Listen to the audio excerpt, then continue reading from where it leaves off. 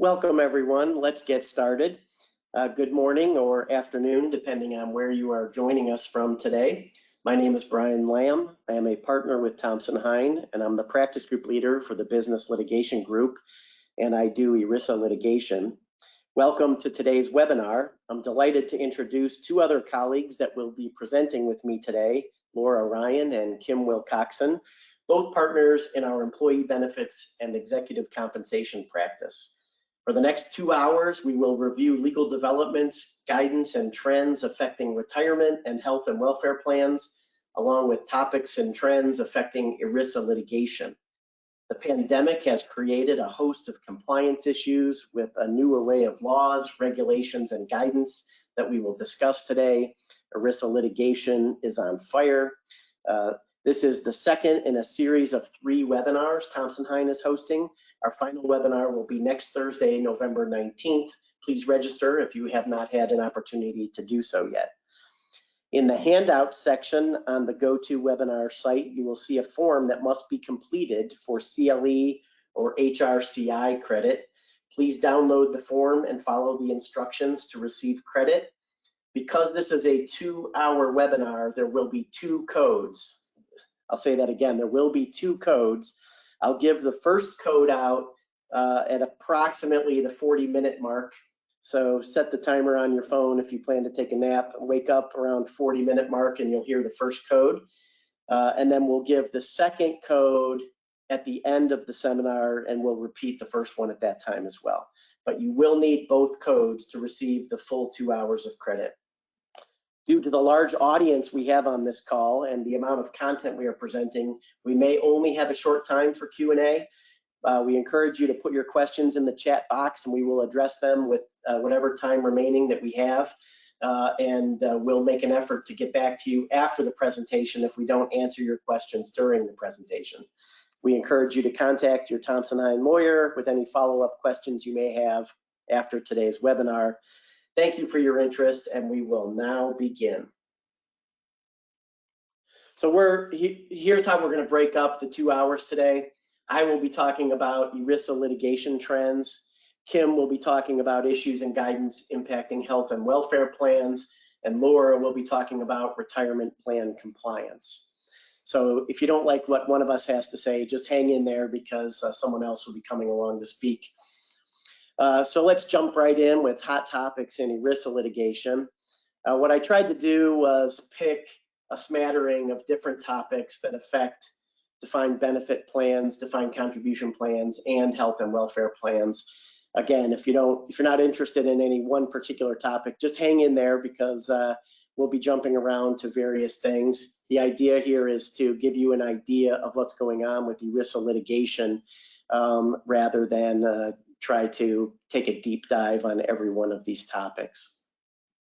Let's start off with the actuarial assumptions litigation.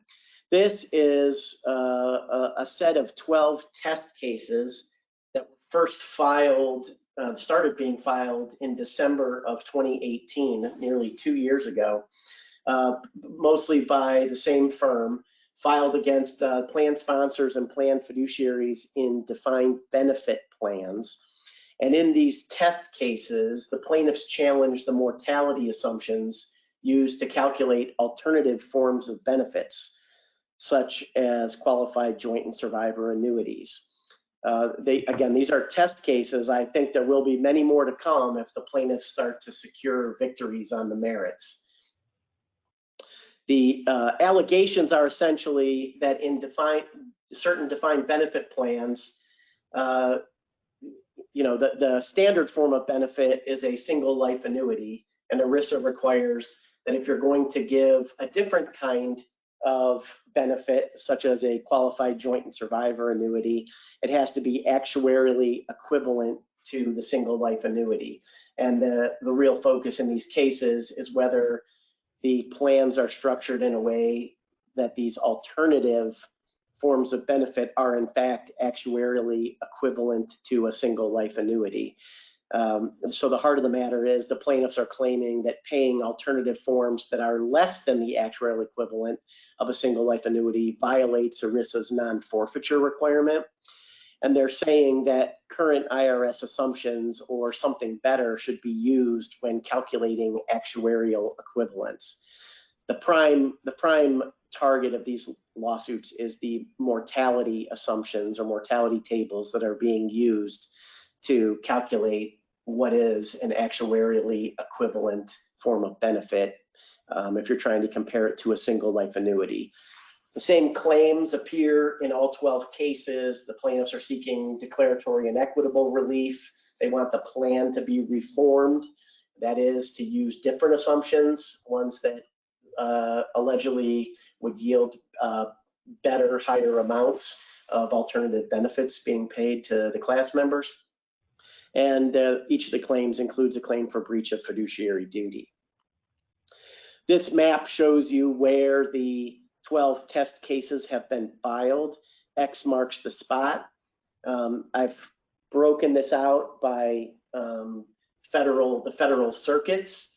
So you can see the plaintiff strategy here is to try to diversify where they are filing their claims so they get a more diversified result and find a friendly court that will embrace their claims. Based on this, you can see that the 3rd, 6th, and 10th circuits are the only ones that don't yet have a test case filed in them. As with most bellwether type litigation, the first thing the defendants do is start their motions to dismiss. And so in 11 of the 12 cases, and I think in the 12th case, which was only recently filed, there will also be a motion to dismiss. In most of the cases, there's been a motion to dismiss filed. One of the interesting aspects of this litigation as a litigator is to note that the defendants have taken wildly different strategies for crafting their motions to dismiss. In some of the defendants just pick one issue and file a very short motion, like a rifle shot. And other defendants throw the kitchen sink in their motion to dismiss and really make every argument possible. And what I've tried to do is capture a representative sample of the kinds of arguments that are being raised in the aggregate.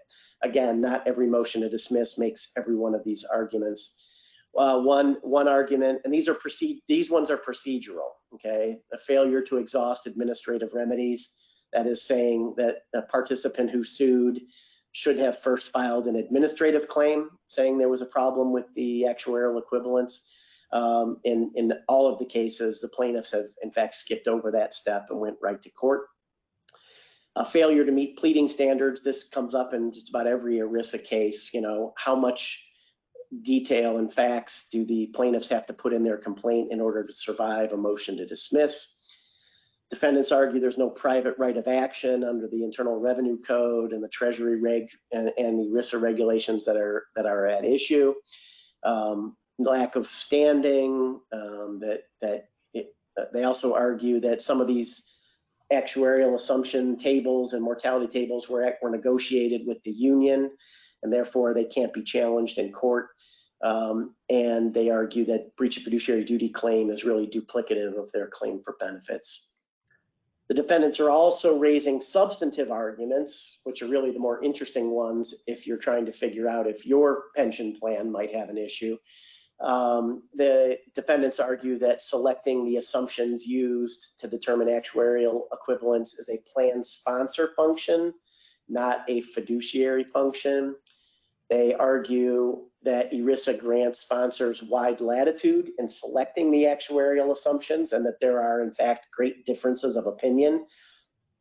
In fact, when you read some of the expert opinions that are being generated in these cases, you can see the actuaries that have been hired to serve as experts do have wildly different opinions on what is actuarial equivalence.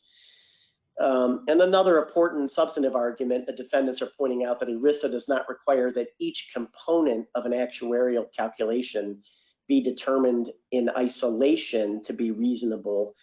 Rather, the formula used in the whole must yield an actuarially equivalent result. but you should not be challenging each individual variable. Rather, you should be looking at the result of the formula overall. The defendants also argue that high interest rates that are set forth in the tables, which are much higher than current prevailing interest rates, offset the effect of outdated mortality tables. What's really going on is many of these plans are old and have not been amended in years, and they use and reference mortality tables from the 1960s, 1970s, and 1980s as part of helping to determine what is an actuarially equivalent benefit. And the plaintiffs are saying mortality has improved in recent years, so using outdated mortality tables will yield skewed and unfavorable results for participants.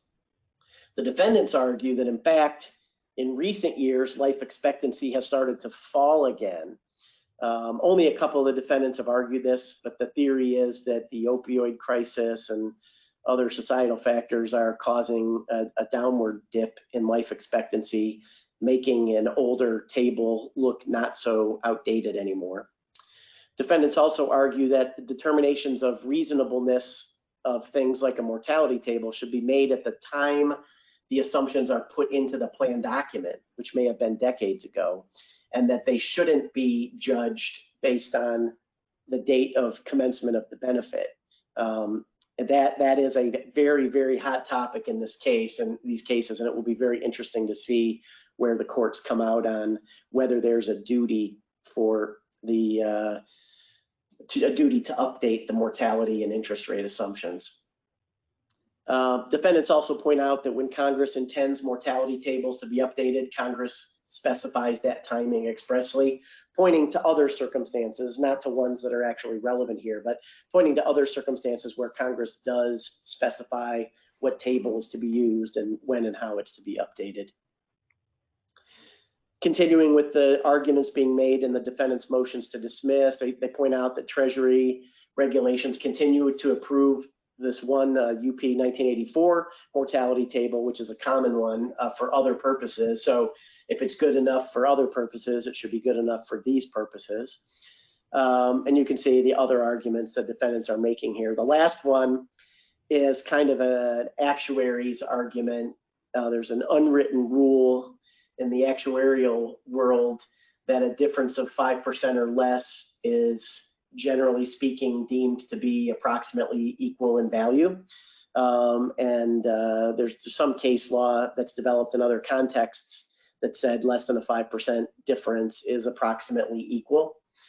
Because as some of the courts are starting to hold, reasonableness and actuarial equivalence is not a point, but rather it's a range.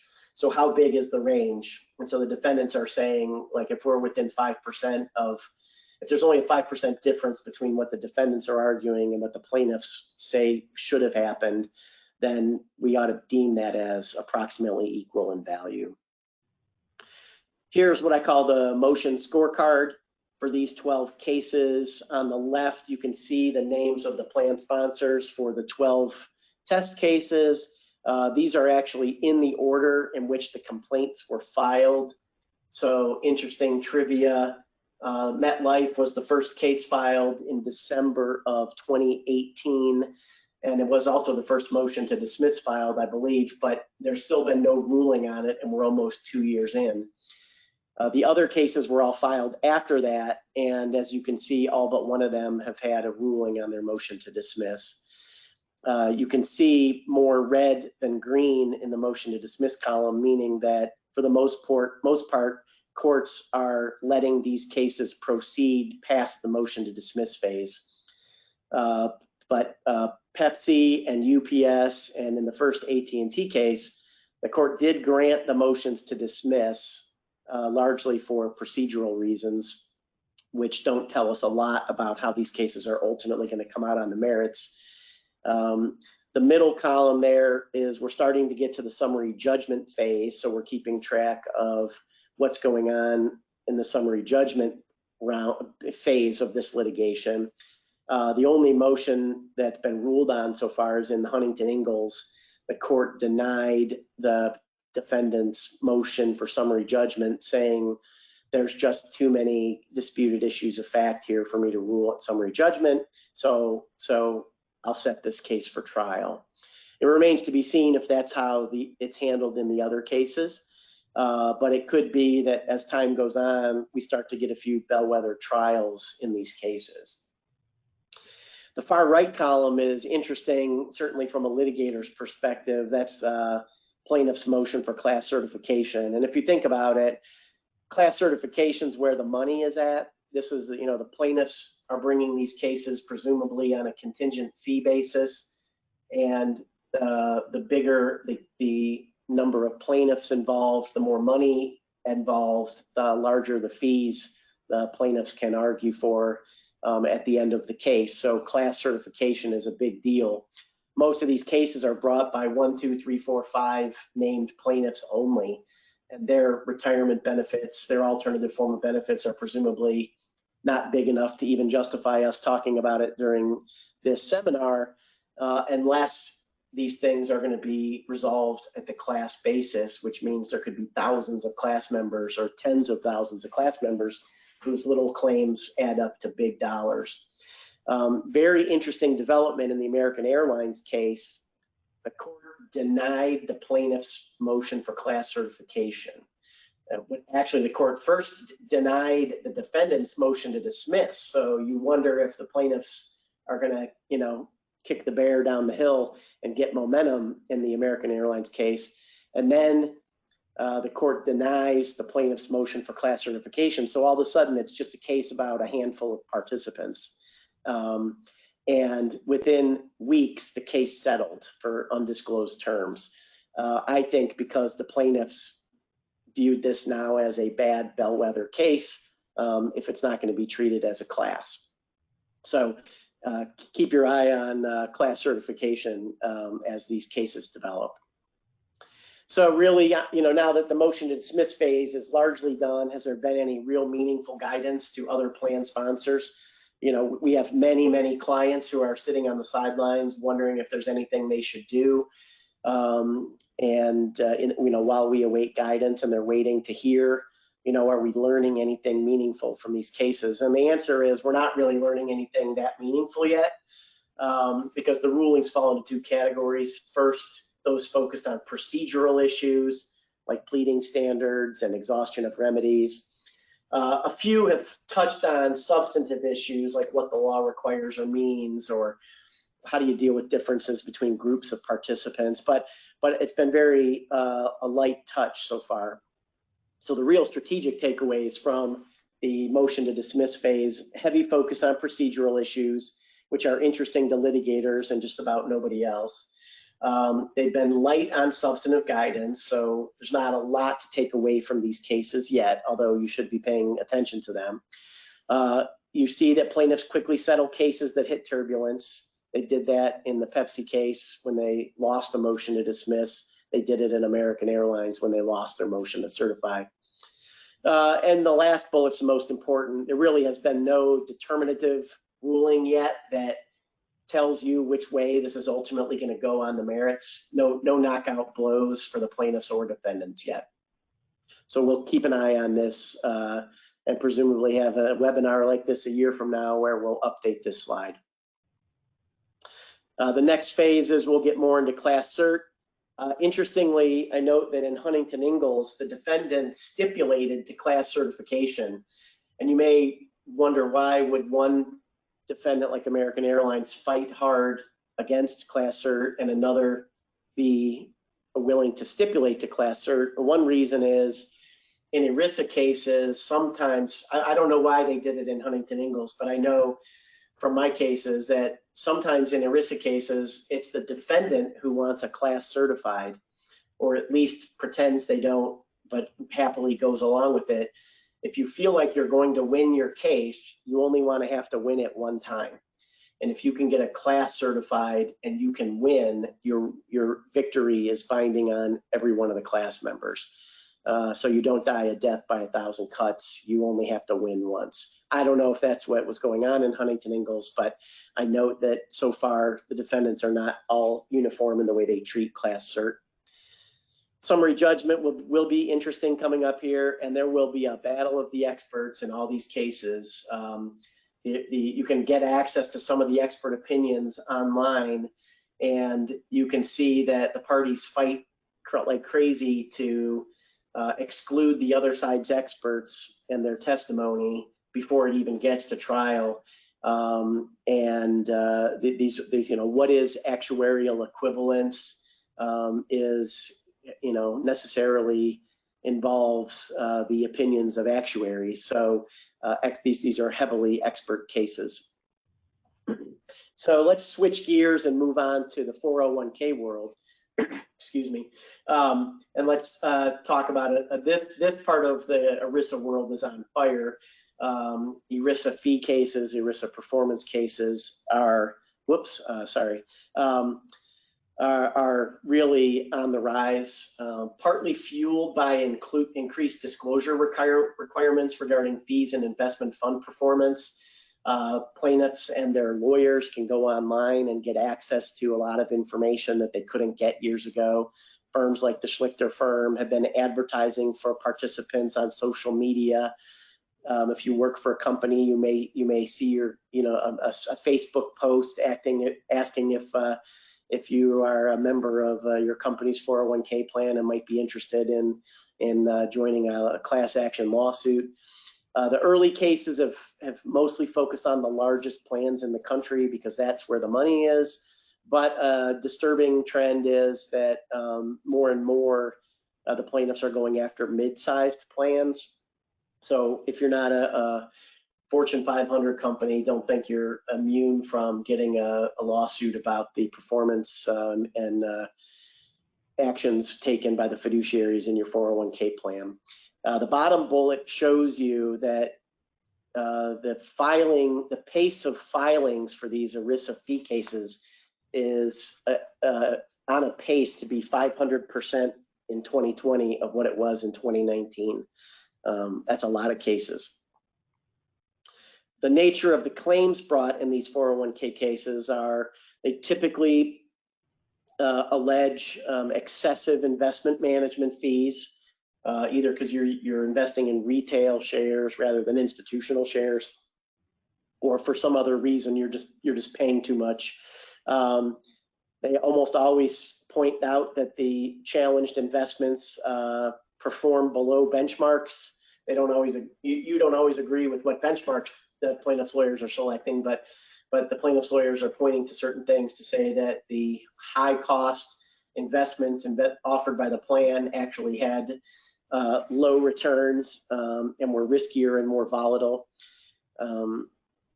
Also, if your plan offers proprietary or affiliated mutual funds, that does make you more attractive to a lawsuit by the plaintiff's firms. A significant element of these cases is an argument that the fiduciaries allowed the plan to pay excessive record-keeping costs, and that includes usually an accusation that the plan is not doing RFPs for new and improved record-keeping arrangements on a timely enough basis. I don't have a slide on it, but there is developing in the plaintiff's world a consensus around the 3-year mark.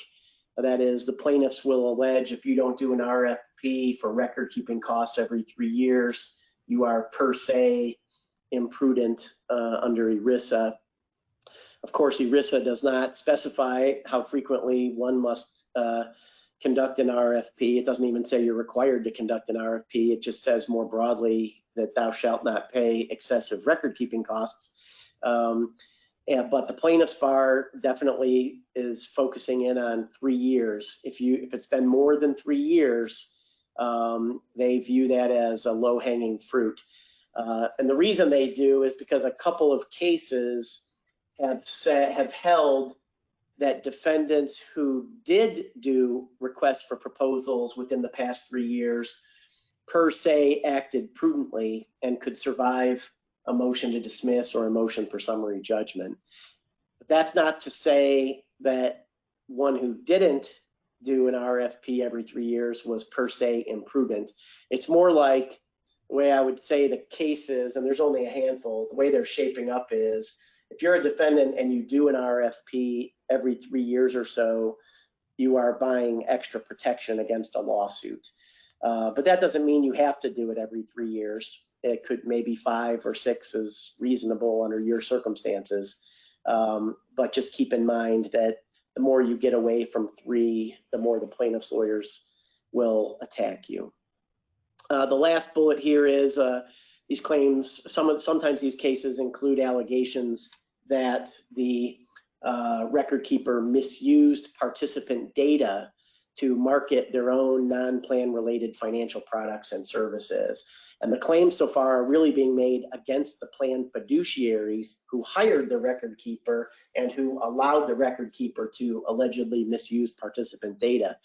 The fact of the matter is, the first couple of cases on this point have gone against the plaintiffs. In other words, in the Northwestern case, which is currently sitting, it was a ruling by the Seventh Circuit, which the plaintiffs have filed a petition for cert to the Supreme Court. And last month, the court asked the Solicitor General if they want to chime in, which means that the court does have an interest in this issue and in this case.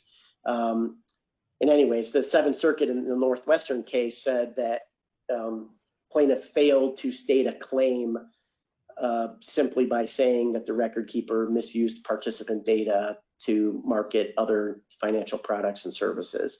But that's not definitive, and it's not going to dissuade the plaintiff's lawyers from focusing on this issue going forward.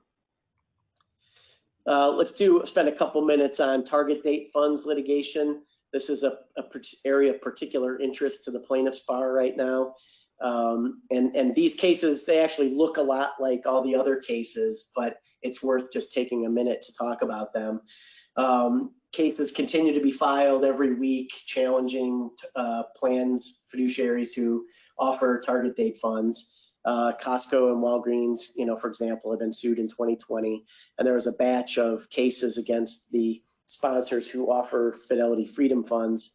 Where there's maybe 11 or 12 cases filed. They're recently filed, and their motions to dismiss are starting to percolate. So we don't have any rulings on that stuff yet. But just be aware that target date funds are a target, no pun intended.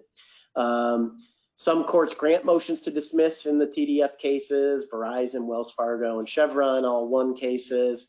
Some courts deny motions to dismiss in TDF cases. Fujitsu's motion was denied, and they shortly thereafter settled for $14 million.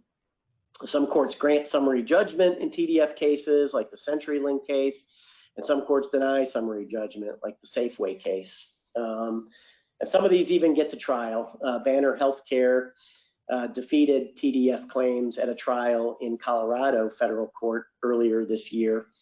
In the past 5 or so years, there's really only been 3 high-profile trials of these ERISA fee cases. And the first was the NYU case, which NYU won at trial, and that's on appeal. The second was the American Century case, which American Century won at a bench trial. I think it was in St. Louis or Kansas City, and that was not appealed. And then in 2020, there's the Banner Healthcare case. The defendants won on this issue, and most other issues, but there were a couple issues, including record-keeping costs, where the Banner defendants lost, and in fact, the board members were held to be personally liable for failing to monitor, even though it was only a portion of plaintiffs' claims. Plaintiffs could claim a partial victory in that case, which of course then raises the specter of attorney's fees. The TDF allegations they look a lot like the basic allegations in these 401k cases: improper investment strategy, excessive fees, imprudence, asset allocation, lack of diversification, complexity, all the usual things that you see. Just a quick reminder that the DOL has issued guidance on TDFs in 2013 called Tips for ERISA Fiduciaries. There's 8 bullet points, but you could summarize them in one: process, process, process. establish a process for selection, establish a process for periodic review, understand the investments, review the expenses, check other options, communicate effectively, and document the process. In the 401k cases, settlements continue at a blistering pace. You know, in the past several years, we've got settlements ranging from above 50 million in cases involving Lockheed, Boeing, and ABB, and settlements below 7 million involving the University of Chicago, Edward Jones, New York Life, etc. The big trend to bring to your attention is non-monetary concessions. What I like to say is when you're settling one of these cases, be careful you're not buying yourself a future lawsuit. For example, when Johns Hopkins settled its 403B case, which is the sister of the 401k cases, they paid $14.5 million in monetary concessions, but they also agreed to a host of non-monetary concessions, which raises up the hair on the back of my neck. Johns Hopkins agreed to a 3-year period of monitoring by the Plaintiffs' Counsel. That is, they allowed the fox into the hen house for the next 3 years going forward. Providing customized annual reports to Plaintiffs' Counsel for going into the future. Issuing RFPs and providing the results to Plaintiffs' Counsel going forward into the future. Forbidding cross-selling or the selling of participant data, which, as we saw in an earlier slide, is not necessarily prohibited by ERISA. And agreeing to consider specifically identified factors when determining investment options going forward. In other words, kind of tying their hands and giving the plaintiff's lawyers something to judge them against if they don't comply in the future. So if you can't tell, I'm not a big fan of the non-monetary concessions. I have a feeling in the future, we're going to start to see some of these come back and bite defendants who agreed to pay a lower amount in monetary fee settlement, but turned out they just bought themselves future problems. CenturyLink, they won a case, and the second and third bullets here are just interesting to me because the court and summary judgment really kind of summarize why the court was granting summary judgment to CenturyLink, that they're highly qualified professionals, rigorously analyzed the purpose the fund would serve, how it would accomplish that purpose, and the fund's strategic place within the overall portfolio of the plan. I mean, it's just process, process, process. Let's switch gears and talk about a couple of ERISA Supreme Court cases that came out in 2020. The Intel case, and this is a statute of limitations case. ERISA has kind of a funky 3-year, 6-year statute of limitations. If the participant had actual knowledge of the facts underlying the breach, then there's a shorter 3-year statute. But if they did not have actual knowledge, then a longer 6-year statute applied.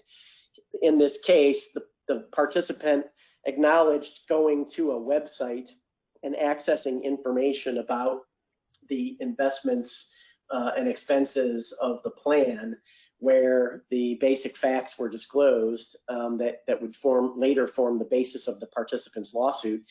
And but the lawsuit was filed more than 3 years after the plaintiff accessed that website. And the issue was whether that person who visits the website but did not remember reviewing the actual information there had actual knowledge of the basis for an alleged breach to trigger the shorter 3-year statute. The court said actual knowledge means actual knowledge.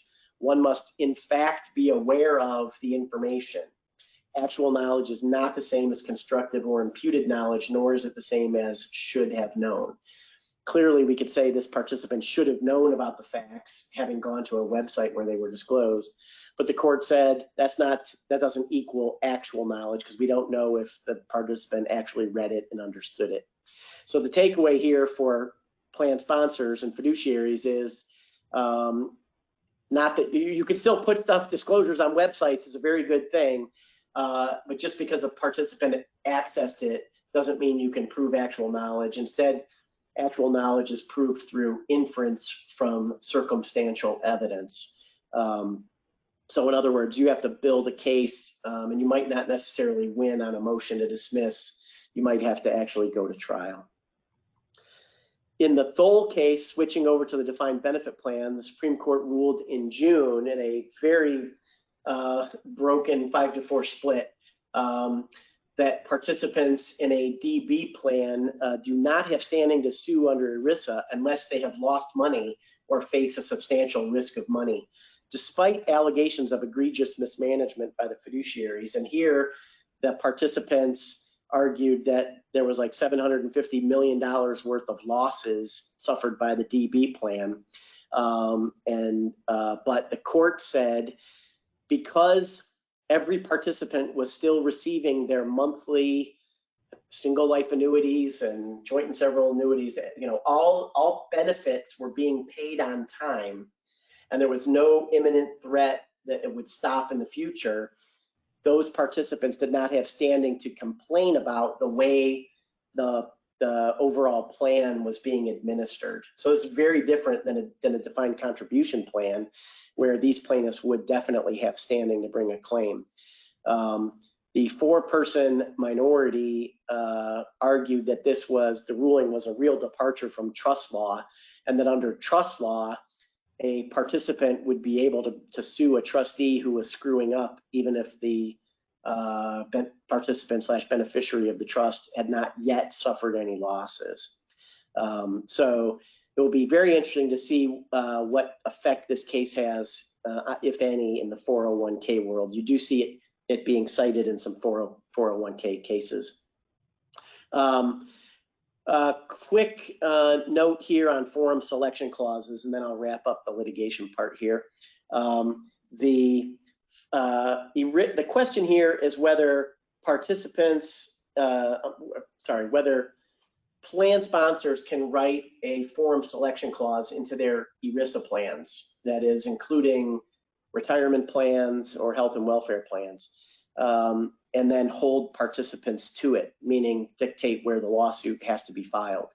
So you start with ERISA's venue provision, which states that an action may be brought in one of 3 places: where the plan is administered, and for most of you, that would be where your headquarters is or where your HR function is, or where the breach took place, which is open to interpretation, but most participants argue that's where they failed to get paid what they should have been paid, which means where the participant lives, or where a defendant resides or may be found, and that's a broader term than just headquarters.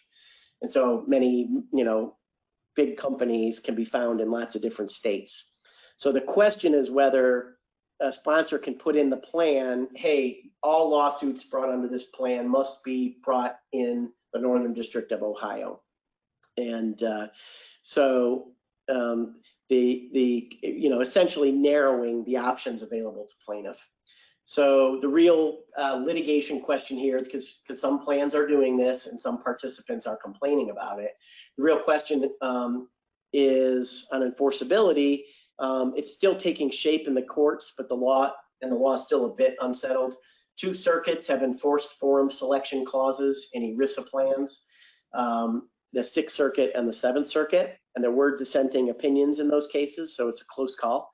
More than 36 district courts that have addressed the question agree that forum selection clauses in ERISA plans are enforceable. 4 district courts, although 2 of those are no longer good law, have declined to enforce forum selection provisions. There are people arguing against their enforcement, including the DOL in amicus briefs, some of the dissenting judges, and some authors of law review articles. So it is controversial, but it is getting a lot of momentum. A footnote is, even if a forum selection clause is enforceable, a court will still consider a participant's motion to transfer to a more convenient forum under the usual transfer rules in federal court. Though the 7th Circuit noted, practically speaking, if you have a forum selection clause that we're going to enforce, we're going to say that controls over 1404A, except in unusual cases. With that, I'm going to skip ahead some slides and turn it over to Laura. And if we have time, we'll come back to some of these other litigation issues at the end of the program. This is now the time to pick up your pen and write down the code for the first hour. Again, I'm about to give you the code for the first hour. And that code is capital T, capital H. So T as in Thompson, H as in Hine, 11, that is 11, point or dot 12. So capital T, capital H as in Thompson, Hine, 11 as in November, dot as in the period symbol, and 12 as in the 12th day of November. TH11.12. With that, I'm going to sneak ahead here to actually Kim's section. I'm sorry about that. So Kim, if you're ready to go, I'll advance the slides on your signal. I am. Thanks, Brian. Next slide. So in my part of the presentation today, we're going to talk about 6 or 7 welfare topics. Brian, next slide? There we go. We're going to hit them fairly quickly because there's always so much going on in this world. And with the prospect of a new administration on the horizon, I'm only seeing potential for more change. So definitely an uncertain time, and we'll tackle it the best we can today. Next slide. First, we're going to talk about the response to COVID-19. Next slide. And legislative and administrative changes have required us to take certain actions and also allowed us to take certain actions to respond to COVID-19. And I'm not going to go through all of those today because there have been many webinars and articles and what have you on everything that's come out so far. But I just want to take this time here near the end of the year to encourage you to say, do you know what all the issues are? Have you made all the decisions you need to make? Have you communicated your decisions appropriately? And have you identified all necessary plan amendments and when they need to be made? Next slide. So I said I wasn't going to go into detail on the topics, but here's just a smattering of issues that I've thought of, and there are more than what's on this slide. But it's worth, like I said, just taking a minute to sit down and make sure nothing's fallen through the cracks. There are some amendments that you can wait to do until the end of 2021. We don't have guidance on the other amendments. So it makes sense to do those probably sooner rather than later, as opposed to waiting until the end of 2021. Regardless of timing of amendments, if you haven't told your participants about the changes that are impacting them under your plans, I encourage you to do so as quickly as possible. Next slide. One topic that's been a big issue as a result of COVID-19 is FSA forfeitures. So we know participants had to make decisions back in fall of 2019 about money that they were going to contribute to their FSA, knowing if they didn't use it in 2020, they were going to lose it. Well, they had no idea at the end of 2019 what 2020 was going to look like. And so we've got a lot of participants who have money in their FSAs that they're just not going to use or be able to use in 2020. The IRS has been asked to provide relief to, if nothing else, let us carry all the FSA funds from 2020 over to 2021. A spokesperson from the IRS has said they believe they've done everything they can when they issued guidance earlier this year allowing people to stop their FSA contributions, but that, and I quote, people above my pay grade, quote, are looking at this to see if additional relief is allowed and if it's appropriate. So keep your eye open. We may get some sort of relief. If we don't, we're really sort of stuck. So amounts that have been contributed to an FSA in 2020 can be only used for eligible 2020 expenses. If your plan has a grace period, you could actually use it for expenses incurred up to March 15th of 2021. And if we've got the rollover in the health FSA, you could take up to $550 to roll over to 2021.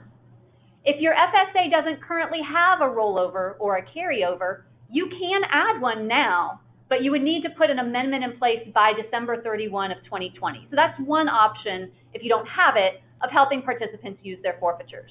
Next slide. Assuming that we do have an abundance of forfeitures, what can you do with them? You cannot give them back to participants. You cannot refund forfeitures to participants. That is very certain. You can use them to pay administrative expenses of your plan, which is helpful for the employer.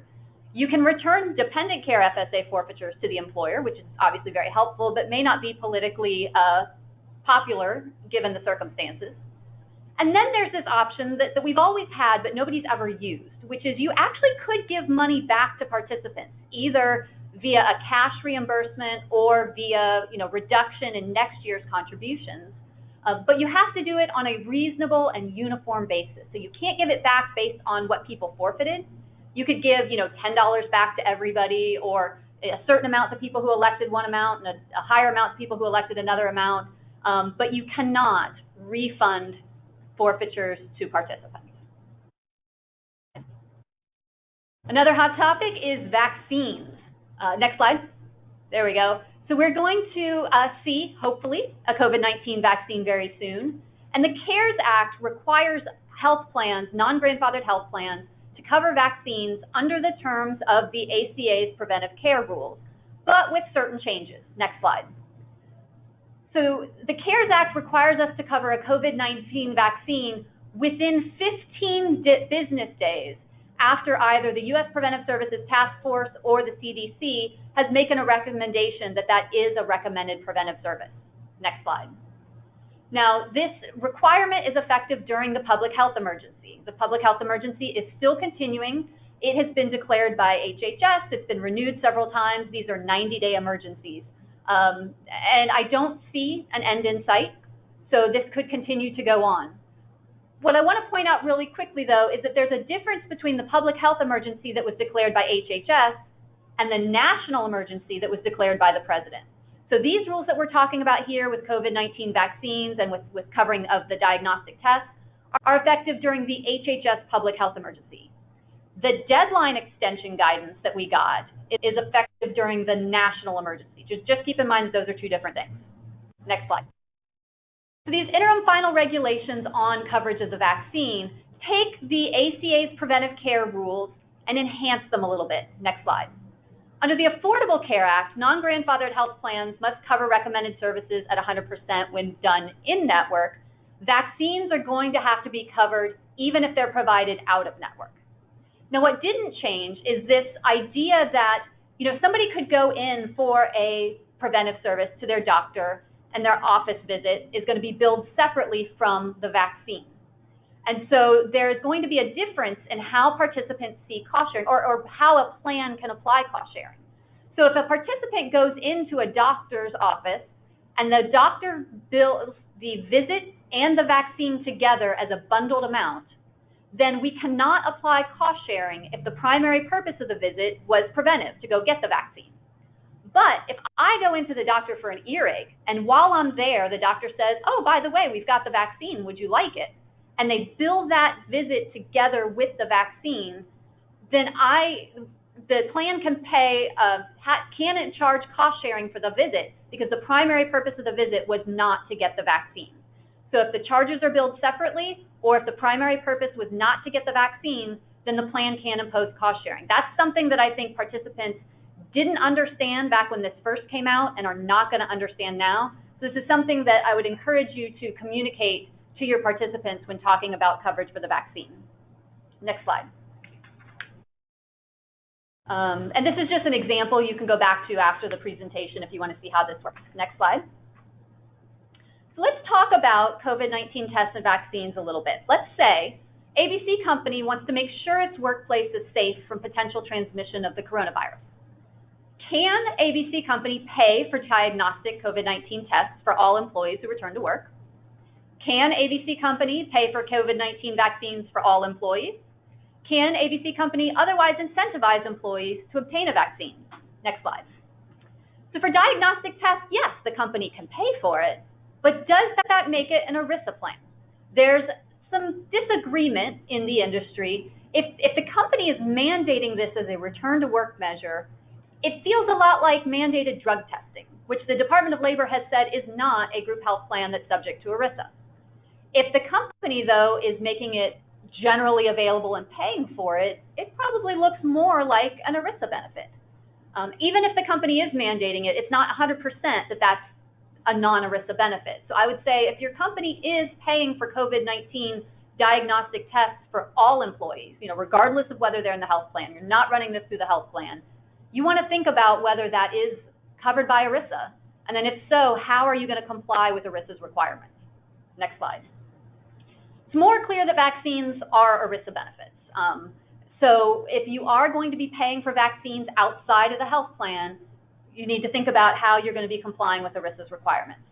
Next slide. And if you're not going to pay for it, but you are going to incentivize individuals to get the vaccine, well, now we're in the wellness program realm.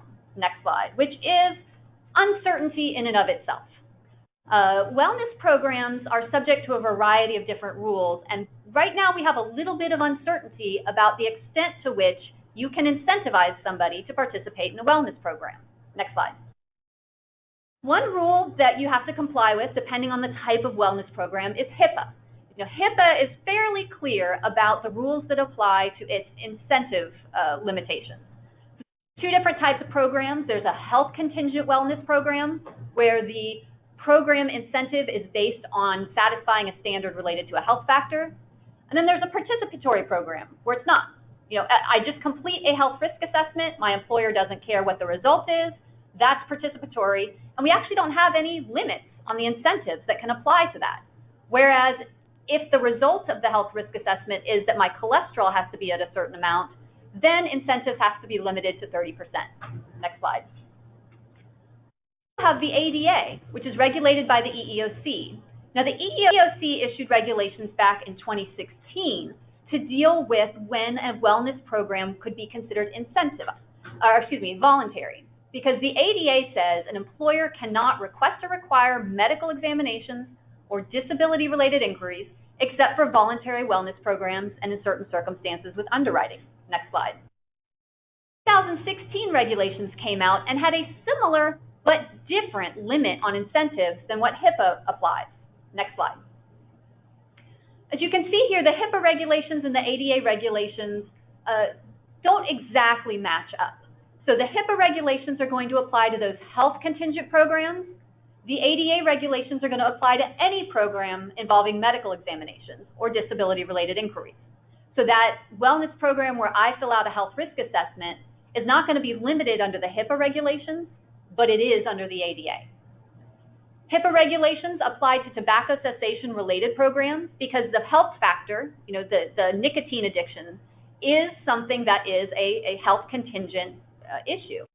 Whereas under the ADA, those rules are going to apply only if the employer is testing for use of tobacco. If it involves just a certification, the ADA regulations do not apply. Assuming the limits do apply, the HIPAA regulations apply a 30% limit or 50% for tobacco-related programs, whereas the ADA limits it to 30%. Under the HIPAA regulations, if the program is offered to dependents, then you can use whichever tier of coverage the employee has elected. Under the ADA, it's only employee only.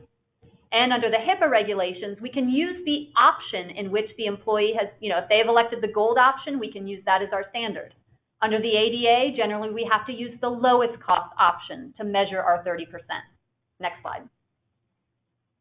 So as an example, let's say we have a $200 premium discount if the employee completes a health risk assessment and a biometric screening, and a $100 premium if the employee certifies that the employee and all covered dependents are tobacco-free. Under the HIPAA regulations, our non-tobacco related reward, that $200, can't exceed 30% of the cost of coverage. Under the 2016 regulations, the HRA screening award also may not exceed 30% of the cost of coverage, but we're looking at the covered employee-only level under the employer's lowest cost plan, which may be different than the measure we're using under HIPAA. Under HIPAA, for the tobacco reward, the total tobacco and non-tobacco reward can't exceed 50% of the cost of coverage, whereas the ADA would not limit it at all. Next slide. And the reason I bring this up, well, let's talk about GINA for a minute first, because we can't forget about GINA. GINA is ridiculous, I think, in this context, because what GINA says is we can't incentivize someone to provide genetic information. And that's understandable, right? Like if I provide information to say that my father has a certain health condition that is hereditary, that's my genetic information. It gives you a sense that maybe I'm also going to develop this heart condition. And so, the wellness program can't incentivize me to provide that information about my father because GINA doesn't allow incentives for genetic information. The ridiculous part here is that family members under GINA include spouses. So my spouse's medical information is considered my genetic information, and I cannot receive an incentive for providing my spouse's medical information. So if an employer has a wellness program that provides for a health risk assessment, both the employee and the spouse can complete the health risk assessment, and there's an incentive for the spousal health risk assessment. Technically, that violates GINA. Next slide. In 2016, we had proposed regulations under the ADA, which I've gone through very quickly, and also regulations under GINA that gave us a safe harbor for providing incentives for spousal HRAs. The EEOC withdrew both sets of those incentive regulations in response to the lawsuit AARP versus EEOC. At that time, we were told that the EEOC was going to be providing replacement regulations. We keep hearing this, we keep hearing this. In June, the EEOC held a public meeting to consider draft proposed regulations. Now, those draft proposed regulations, as far as I can tell, have not been made public. We've not seen what they said, but we do have a transcript of what they talked about at the hearing. And we've been told that those regulations were going to be sent to OMB, but we've not seen anything yet. Now, based on the transcript, I can tell you a little bit about what we think we're going to expect and where wellness programs may be going, but GINA was not mentioned at all in the transcript, so we have no idea where they're going to come out there. Next slide. So under what we understand from the transcript, under the ADA, wellness programs involving disability-related inquiries or medical examinations will be able to offer no more than a de minimis incentive. Does de minimis mean 30%? Does it mean less than 30%? We have no idea. But this is going to include both participatory and health contingent wellness programs that are not part of a group health plan. If it's part of a group health plan, then HIPAA can apply. So if the incentive complies with HIPAA, and it's a group health plan, and it's a health contingent program, then it'll also comply with the ADA, which takes care of some of our coordination issues that we were just talking about a minute ago. So how would this work? Next slide. In this example, where our incentive is given just for provision of an HRA or biometric screening, that's a participatory program. HIPAA is not going to apply, not going to limit our incentives. Under the proposed regulations that we think are going to come out, we can't offer more than a de minimis incentive. We have no idea what that means. So whereas we thought we could provide pretty high incentives for these participatory-only programs, turns out under the ADA we may not be able to do so. Next slide. Now let's say we've got a health contingent program where we care what the results of that biometric screening are. Our incentive under HIPAA is limited to 30% of the cost of coverage, and we get to apply that same limit under both HIPAA and the ADA. Next slide. Let's say we've got the spouse completing an HRA. Like I said, GINA wasn't addressed in the transcript, so we don't know which way they're going to come out. My guess would be we'll see a safe harbor for incentives for spousal HRAs, but I have no basis for confirming that. Next slide. Let's say tobacco surcharge or incentive. So employee receives a premium discount if he or she certifies to being nicotine-free. Under the HIPAA regulations, we have 50% limit. This is just a certification, so we don't have any limits under the ADA. We can continue to apply the HIPAA standard. Next slide. But what if we have to take a test to confirm that we are nicotine-free? Under the HIPAA regulations, we have that 50% limit. Under the ADA, it's not quite sure. The transcript seemed to suggest that if you comply with HIPAA, you'll comply with the ADA. But when they talked about HIPAA, they were only talking about 30%, and they didn't also talk about the 50% for tobacco. So hopefully what we'll see is if you comply with HIPAA, you will comply with the ADA, but that remains to be seen. Next slide. So what does this mean for incentives for COVID-19 vaccines? Well, we don't have a safe harbor under the ADA right now. You know, a vaccine is going to involve a medical examination, so the ADA rules are going to apply.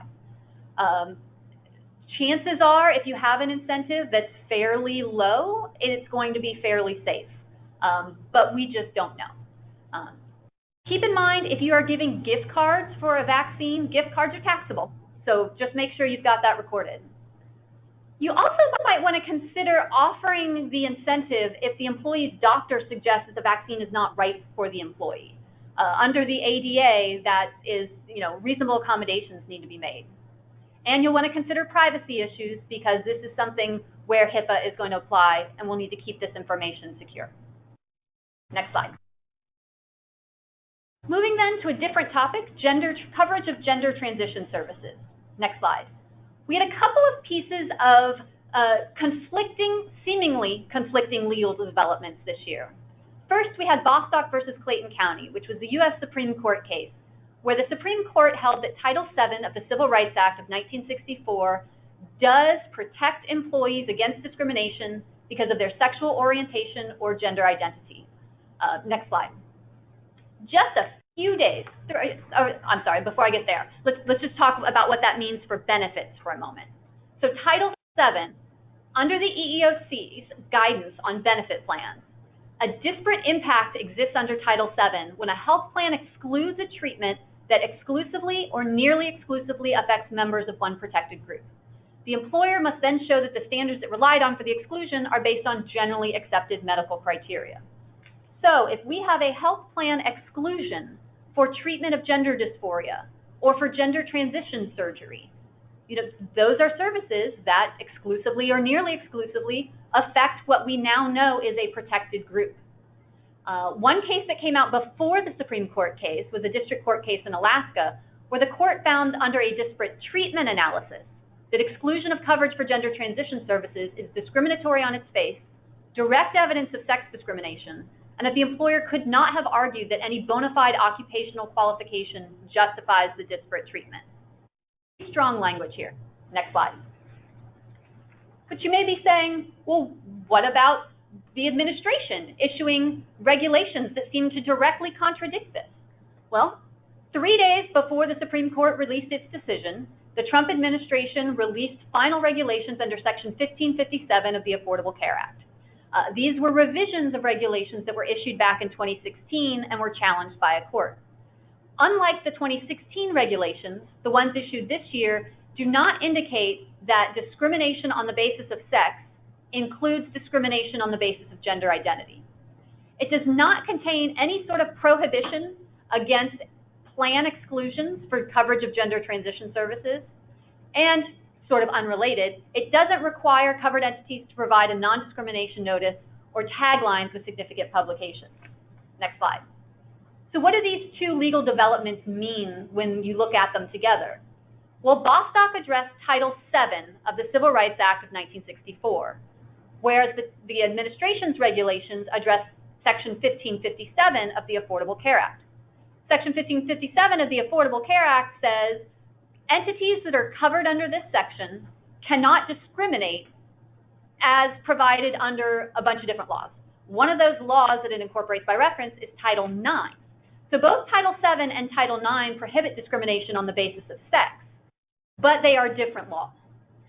Section 1557 does not specifically incorporate Title VII by reference, and it does not impact the interpretation of Title VII. Now, a lot of times Title VII and Title IX guidance is read to apply to the other law, and so developments under one title often inform interpretation of the other. Next slide. Now, the 1557 regulations have been challenged on the basis of Bostock. And so as you can see here, one court case has preliminarily enjoined enforcement of those regulations. So what does this mean from a practical perspective? Next slide. Right now, we don't have a specific benefit law that requires a self-funded health plan to cover gender transition services or treatment of gender dysphoria. However, as a result of the Bostock case, it is significantly more likely that an employer-provided health plan would violate Title VII if it had provisions that intentionally or unintentionally targeted what's now known as a protected class. So if the plan excludes treatment for gender dysphoria or coverage of gender transition services, it's more likely now that that would violate Title VII. If the plan excluded coverage for same-sex spouses, I mean, most plans, have extended that coverage following Obergefell, but there are some plans who still exclude coverage for same-sex spouses. Similarly, if your plan includes same-sex domestic partners but excludes opposite-sex domestic partners or vice versa, it's a higher risk that we're violating Title VII. Good news is, though, under Section 1557, those awful, notices and taglines that we had to add to SPDs and SPCs, they're no longer required. So beginning in August of this year, we no longer have to add those 15 different languages to our significant publications. Next slide. Trend that we've seen more and more lately is copay assistance programs. So think of it this way. Let's say an employee is prescribed a drug, next slide, is prescribed a drug that would generally cost the employee $500 under the terms of the employer's health plan. The employee qualifies for financial assistance from the manufacturer, where the manufacturer is going to pay $400 of that, and the employee pays $100. So the question that we've had for several years now is, can the manufacturer's assistance, that $400, be excluded from the employee's out-of-pocket maximum under the plan? And must the manufacturer's assistance be excluded from the deductible and or out-of-pocket maximum? So can it? Must it? Next slide. For the ACA, we have rules for non-grandfathered health plans that require us to accumulate certain amounts to the out-of-pocket maximum.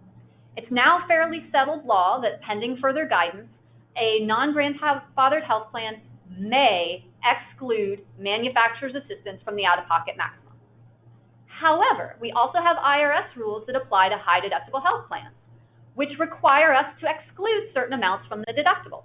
And that guidance, the IRS interprets as prohibiting us from applying any form of direct support to the deductible. So we can exclude it from the out-of-pocket maximum under the ACA rules, but we can't exclude it from the deductible under the high-deductible health plan rules. So if you've got a high-deductible health plan, this is something you want to pay attention to. Next slide. Now, can a plan vary cost sharing based on the manufacturer's support? Think about it this way. Let's say a plan normally applies 10% coinsurance to drugs in Category A, unless the drugs are part of a special program. Category A drugs that are part of this program are subject to a copay that differs based on the drug. So instead of 10% of the cost, it's whatever cost is on this schedule. So drug X in Category A costs $500 and would otherwise be subject to that 10% coinsurance of $50. But because it's part of this program, because the drug manufacturer will provide $400, we're going to charge a $400 copay. And that $400 copay is excluded from the deductible and the out-of-pocket maximum. Next slide. So the impact of participating in this program is a win-win-win. Employee pays nothing out of pocket. The manufacturer pays the full amount. The plan receives the full benefit of the $400. And, there's no changes to the employee's deductible or out-of-pocket maximum. That's great for the participant. I've paid nothing. Everybody's happy. Next slide. But if the participant doesn't participate under this type of program, it's a lot worse for the participant, because now that $400 copay instead of the $50 copay is still going to apply, and it's not going to accumulate to the participant's out-of-pocket maximum. So this is a significant stick that's being used to drive participants to participate in the program. Next slide. I think we've gotten comfortable generally with these types of programs as long as they're designed correctly. So first of all, you want to make sure that the drugs are not essential health benefits. Remember, essential health benefits have to accumulate to the out-of-pocket maximum under a non-grandfathered health plan. So these types of programs, we want to make sure are involving just non-essential health benefits. If the plan's a high-deductible health plan, we've got to make sure we're not applying anything toward the deductible. Have you reviewed and considered contractual provisions with the program vendor? These types of programs, the sponsors are providing these contracts, and in some cases they're saying it's take it or leave it. Either you participate in the program under our terms or you don't. So you've got to take a look at their contracts and understand what the risks are to you, and are you willing to accept those risks in order to get the benefit of the program. And then do your SPDs and other communications clearly explain this program and the consequences for failure to participate. Because you could certainly see a participant not meaning to, but just not getting around to filling out whatever they had to fill out to participate in the program, and then all of a sudden they're stuck with this $400 bill. So it will need to be very clear to your participants, if you're engaging in this type of program, what they need to do and what the consequences are. Next slide. ACA reporting for 2020 and beyond. Next slide. The 2020 reports due in 2021, we got the annual guidance again this year that extends the deadline to March 2nd. They've given us again the relief from accuracy-related penalties as long as we're making reasonable good faith efforts. Just like last year, because of the zeroing out of the individual mandate, Forms 1095B don't necessarily have to be provided if you're taking other steps. But like historically, we have no special relief for failure to furnish your file. So if you don't provide the form, you could be subject to a penalty. But if you provide the form and it's wrong, you shouldn't be subject to a penalty. So this year is just like, every other year we've had, no surprises, no excitement. Next slide. However, in the guidance that was issued, the IRS sort of telegraphed what they're expecting for the 2021 reports that are due in 2022. They are not expecting to issue a delay, and so it looks like, unless the IRS gets significant comments as a result of this, your 2021 forms will be due by January 31, 2022, just like the W-2s.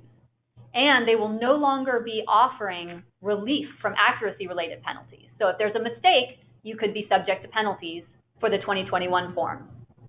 Next slide. So what this means for us now is, it would be a good idea to take a look at this, talk to your reporting vendor. Is there anything you need to do differently in 2021 to make sure that those 2021 reports will be ready by January 31, 2022? Are there maybe changes in the way that data is provided to the vendor or that records are kept? If your vendor right now is submitting forms by January 31, great, no issue there. But if they're taking until March and they have to take until March, what do we need to do to speed up that process? And is there anything we need to do to make sure that the reports are accurate? If it's one thing we've seen from all of the employer shared responsibility penalty letters we've gotten, it's that there have been significant reporting errors over the years, but significantly more probably in 2015, 2016. Hopefully they've worked themselves out, but if not, now all of a sudden we're going to be subject to potential liability. So let's make sure those forms are accurate. Slide. All right. And recently we received some final regulations on cost transparency reporting. So they were released at the end of October. Like the proposed regulations, if you paid attention to the proposed regulations, they are going to require us to provide a self-service website, which from a personal perspective, I am really looking forward to, because what I'm going to be able to do is go online, type in, knee replacement with Dr. Smith in Cincinnati, and it should bring up essentially an advanced EOB based on my plan's negotiated rate with Dr. Smith, based on where I am with my deductible and my out-of-pocket maximum. It should tell me what I can expect to pay for that knee replacement surgery, which, again, as a personal person, that's great news. But this is going to take a lot of work. By 2023, the first day of the 2023 plan year, this service has got to be up and ready for 500 items and services. And the regulations set forth which of those items and services are going to be due at 2023. And then everything else needs to be available for searching by the 2024 plan year. In addition, our plans are going to need to provide machine-readable files to be published and updated monthly, beginning by the first day of the 2022 plan year. And so these files are going to make publicly available the in-network rates that your plan has negotiated with participating providers, historical information about out-of-network payments, and information about the cost of prescription drugs. So all of this information is going to be publicly available. Next slide. What does this mean for you now? Most of the actions needed to come into compliance will likely be taken by a TPA or an independent vendor. I would not be surprised if you see, an industry like a Castlight popping up and saying, we're ready to provide this type of self-service website and this reporting for you. But very likely, your United Healthcares, your Cignas, your Aetnas, they will probably be doing it too. Either way, you're going to need assistance from your TPA to get this data out where it needs to go. So consider some contractual issues. Number one is, will your TPA provide the service? If so, what are they going to charge you to implement the service? But even beyond that, there have been some arguments that provider reimbursement rates are proprietary and that TPAs are not willing to disclose them. In the preamble to these regulations, the agencies addressed that argument and said basically, nope, we don't buy it. You are going to have to disclose your provider reimbursement rates. And so plan, if you have a contract with a TPA and the contract prohibits you from disclosing information such as provider reimbursement rates, you have until 2022 to get that contract renegotiated so that you can disclose this information without violating the terms of your contract. Next slide. And our last topic, super exciting, the future of the ACA. Next slide. The Supreme Court heard oral arguments on Tuesday, and if you are if you are a Supreme Court junkie, if you're a social studies junkie, if you like this stuff, you can find the arguments on YouTube. 2 hours, I listened to them. I found them interesting. I think most people probably would not, but if you're interested in this at all, it's an interesting listen. What I noticed was when questioning the side defending the ACA, most of the justices' questions seem to relate to the issue of standing, whereas when questioning the side challenging the ACA, most of the justices' questions seem to relate to the merits. And I think you probably have seen lots of news articles saying, oh, it looks like this is going to survive, the ACA is going to survive based on the justices' questions. And if the justices' questions are any indication, I agree. It looks like, the ACA, if not the individual mandate, I don't think this will be considered inseverable. I don't think you're going to see the whole ACA tank. If it does, what's interesting to note is that a lot of the developments that have happened this year that have been touted as victories of this administration have been tied to the ACA. So the CARES Act, which requires vaccines to be covered immediately, that's part of the ACA. If the ACA tanks, we no longer have to do that. Transparency reporting. The transparency reporting is built on a requirement under the ACA that plans provide this information. If the ACA tanks, we no longer have an obligation to do that. So my guess is you will not see the entire ACA tank. Most, if not all of it, will remain in force, and we will continue along with the ACA with whatever adjustments we see with the new administration. And with that, I will turn it over to Laura. Next slide. Okay, thanks, Kim. Not seeing any questions through the online function for either Brian or Kim, so I'm going to go ahead and move right into the next topic, and we're right on time. What this part of the program is going to focus on is some changes, updates, things to have on your radar that are impacting your retirement plans. And specifically, we're going to keep it narrow to defined contribution plans, and even more specifically, 401k plans or 403b plans if you sponsor that type of plan. And this is kind of a smattering of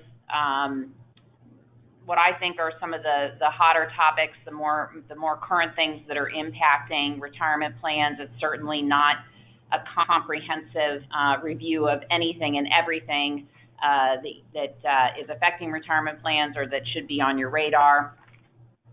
We're going to intentionally not really cover any kind of updates related to defined benefit pension plans, although there are some. So if your company sponsors that type of plan, there are other things that impact those plans. But let's jump right in. So next slide is the first major topic that we're going to cover, which is the CARES Act changes that impacted retirement plans during 2020. So next slide. There were two sort of significant modifications impacting retirement plans under the CARES Act. The first was a new set of distribution and loan-related rules, and the second was a waiver of the requirement to make minimum required distributions to any participants and beneficiaries that would have otherwise been required to take such a distribution during 2020.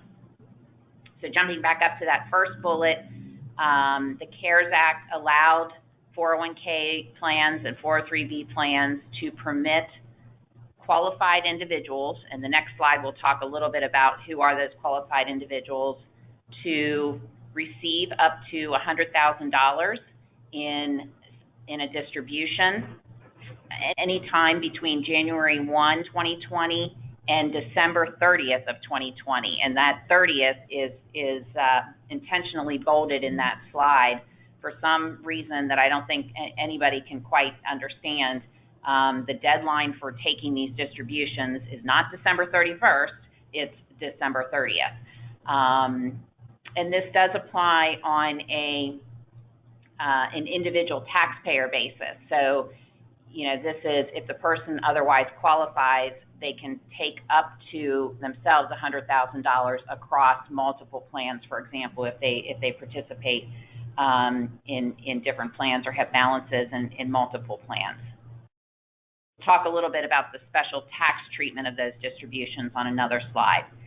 The second change was allowing 401k plans to allow participants in those plans who had loans outstanding to defer repayment of those loans from March 27th, 2020, all the way through the end of December 31st, 2020. And we'll talk in a minute about the restart of those loans come 2021.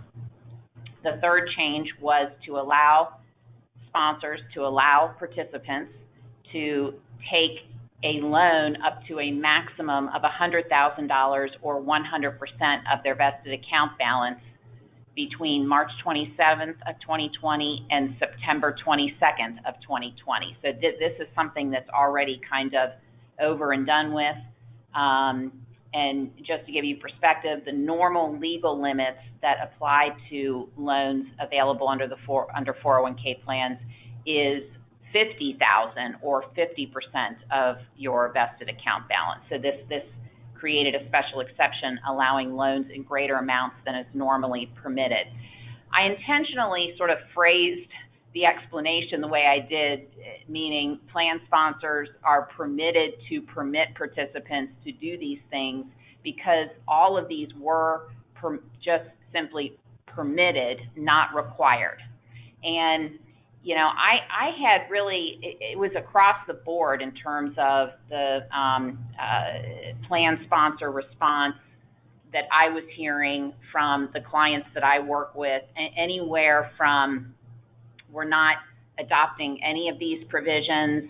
Oftentimes that maybe was coming from a company that was not really particularly impacted in any way negatively due to the pandemic, but there were some companies that were and still said, you know, we're not adopting these provisions, kind of being a little bit paternalistic, not wanting participants to sort of damage their retirement savings or do something that probably is not, you know, in their best financial interest.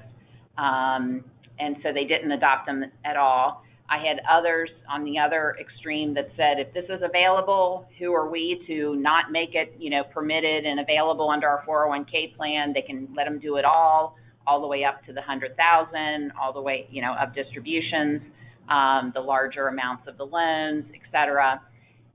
But I would say that most of them were somewhere in between that. And what I saw most was companies allowing the distributions. Some of those companies put some limits below $100,000 on it, which is also permissible, saying, you know, up to $50,000 or $25,000. Most employers that I saw allowed suspension of loan repayments.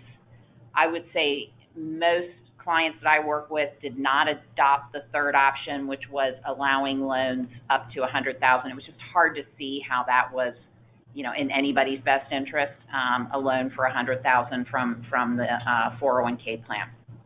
So that's kind of where things, at least from my seat in the bleachers, were coming out. The next slide talks about who these qualified individuals are, and it's important to note that the rules allow participants to self-certify that they meet these requirements. So there was no requirement for the plan or the plan sponsor to require any type of submission of evidence that for example, a copy of the positive COVID-19 test. They did not have to submit any kind of, substantiation around being a qualified individual. And also, we had a definition of a qualified individual in the statute, but then we got some guidance by the IRS in June, which further expanded that definition. And the bolded language on these slides is showing you kind of where those changes occurred in this definition of qualified individual pursuant to the subsequently issued IRS guidance. So a qualified individual is anyone who him or herself is diagnosed or whose spouse or dependents were diagnosed with COVID-19 by a test, or who themselves experienced adverse financial consequence as a result of either the individual's spouse, or a member of the individual's household being quarantined, furloughed, laid off, having work hours reduced, being unable to work due to lack of child care, closing or reduction of hours of a business that they own or operate, having pay or self-employment income reduced, or having a job offer rescinded or start date for a job delayed due to COVID-19. All of those, due to COVID-19. Pretty broad categories. We had some internal discussions when this first came out. What if someone was just sort of required to take, 1 week of unpaid leave, kind of a rolling furlough type of scenario? Is that enough of an adverse financial consequence? I think the consensus among us was, well, it's an adverse financial consequence. You had to go a week without any pay due to COVID-19. I think this definition is pretty broad, and there's probably a fair amount of leeway for folks to qualify as qualified individuals, and it's not likely to be something that the IRS is going to take, any kind of hard stance on, kind of in hindsight upon some sort of review or audit. The next slide talks about the favorable taxation associated with these Special CARES Act distributions. Again, the up to $100,000 in distributions. The standard 10% penalty tax for withdrawals when someone is under the age of 59 and a half is waived, so those distributions are not subject to that 10% penalty tax. They are subject to regular income tax, whether that be federal or state, but under the CARES Act, the federal income tax obligation can be spread over a 3-year period. So you can, recognize income associated with that distribution 1/3 in year 1, 1/3 in year 2, 1/3 in year 3, and spread the tax liability over a 3-year period. Participants are also permitted to repay the distribution within 3 years, and it's not considered like an annual addition that might otherwise be limited by normal contribution limits that apply to retirement plans. This next slide, what should you be doing in light of this activity? I mean, obviously, some of what you're going to be doing depends on whether or not you adopted these changes or permitted these changes in connection with your retirement plan. If you didn't permit the changes, there's probably nothing for you to do. If you did permit the changes, some folks, this first bullet is a reference to the fact that we saw some plans changing to allow someone to obtain more loans than they normally would. And this is something that you can always change. I mean, the number of loans that you permit your participants to take is not mandated or fixed by law. You can say you can only have 1, you can only have 2. I mean, if you want, you could have 5. I've never seen a plan have 5 because it's a lot of administration, but obviously they're still subject to that legal limit on the amount of the loan, but the number of loans is not something that's set legally. And some employers, when talking about whether to adopt the CARES Act changes, sort of went further and said, you know what, our plan right now only allows 1 loan. We're going to allow people to take 2 loans. That maybe will provide some relief. So if you did that and you kind of did it as a temporary measure, you should take a look at that. Consider, do you want to continue allowing people to have 2 loans? Do you want to kind of go back to the old rules? That may require a plan amendment. If your plan specifies the number of loans, almost certainly will require a change to any kind of loan policy that you've adopted for your plan. If you allow participants to defer loan payments, now is the time to be reaching out to the record keeper for the plan and getting details about, how many people do we have that chose to defer their loan payments? Who are those people? Are they now terminated? Are they still active? Talking to your record keeper about what they're doing to, if anything, communicate what's going to be happening with these loans in 2021. And if they're not going to communicate something, you should be considering communicating something to the plan participants. These loans are required to be reamortized. There's a couple different options for doing the reamortization that are permitted under IRS guidance. And from what I've seen, there's some, differences between what record keepers are going to be doing around extending the term of the loan, how long will they be extending it, what those reamortizations and repayments will look like starting January 1st of 2021. There's also can be some tricky issues associated with folks that maybe are not exactly terminated, but on some type of leave. Maybe they're still on a furlough or a layoff, and you need to very carefully understand and have discussions around what's going to happen with them. How will they begin to repay their loan if they don't have any pay from which deductions can be made? And then, of course, you want to make sure that your payroll department and any kind of HR, service center that might be hit with questions about this recommencement of loan repayments, that they have a heads up about what's, getting ready to happen and restart. You want to be able to confirm the last day that participants are going to be able to request a CARES Act distribution in order for it to be processed by December 30th. Remember, I mentioned it's not December 31st, it's December 30th. Again, if you allow these kind of distributions, there may be some, special cutoffs for requesting a distribution in order for it to actually be processed and occurred by December 30th. I don't think you can call up at, 5 o'clock on December 30th and get a distribution on December 30th. You want to confirm the handling of participant communications regarding minimum required distributions, which will again be required for 2021, even though they were suspended for 2020. So, who are these people who had suspensions, and what kind of communication should, you be thinking of doing, or if not you, the record keeper doing, to remind people that it will now be time to recommence any kind of required minimum distributions. The required minimum distributions, by the way, are the distributions that are required to be made once someone has reached a certain age if they are no longer employed. And we're going to talk in a minute because that age just changed, but the old rule was distributions must start to you from a qualified retirement plan by April 1 of the year following the year in which you attained 70 and a half. So it's the 70 and a half rule.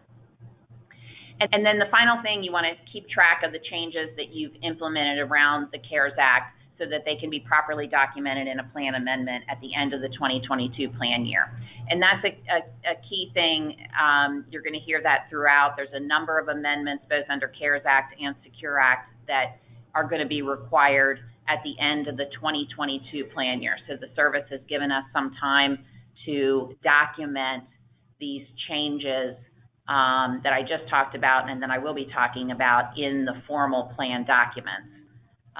But trust me, come the end of 2022, I think we're going to long have forgotten what we did in 2020. Let's move on to the Secure Act. Interestingly enough, the Secure Act was passed before the CARES Act. So the Secure Act was passed right at the end of 2019. if you were our client, you knew about it. We sent a big email talking about how excited we were that, this is the first set of changes really impacting retirement plans in a long, long time. And then, 2 months later, no one could remember this because we had COVID and CARES Act. But we do need to come back to it. And it made a number of changes impacting retirement plans, even more than I'm going to talk about, but the ones I'm going to talk about are kind of the ones that I see impacting most plans or many plans. The first one of which is the ability of retirement plans to offer what are called qualified birth or adoption distributions. So this is a new distribution or withdrawal right.